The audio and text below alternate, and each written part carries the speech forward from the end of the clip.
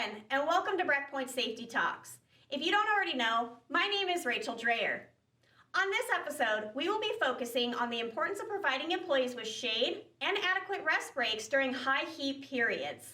Let's start off with some key points of the Cal OSHA regulation. All employers should review the regulation in its entirety on the DIR website.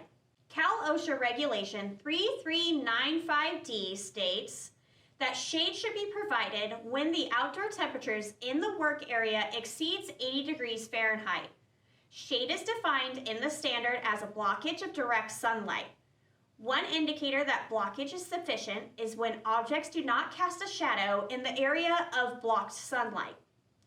Shade may be provided by any natural or artificial means that does not expose employees to unsafe or unhealthy conditions and that does not deter or discourage access or use. The amount of shade present shall be at least enough to accommodate the number of employees on recovery or rest periods, so that they can sit in a normal posture fully in the shade without having to be in physical contact with each other. If an employee exhibits signs or reports symptoms of heat illness while taking a preventative cool-down rest period, the employer shall provide appropriate first aid or emergency response. We will discuss the appropriate first aid measures for heat-related symptoms on a later episode. Now that we understand what the Cal OSHA regulation states, let's review further on the importance of taking frequent rest breaks in a shaded area.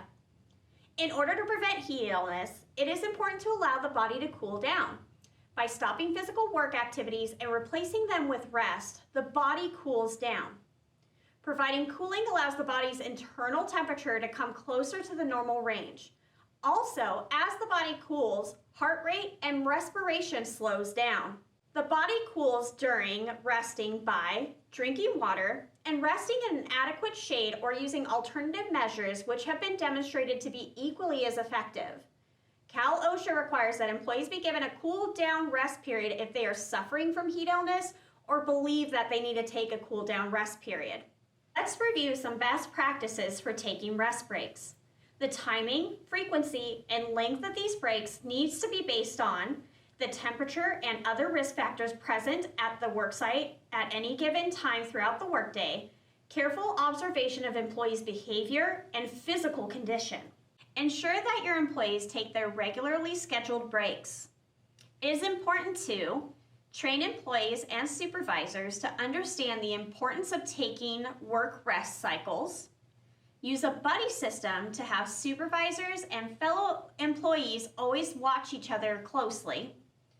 Recognize employees who have reduced work capacities because of personal risk factors and may need more flexible or additional work rest cycles.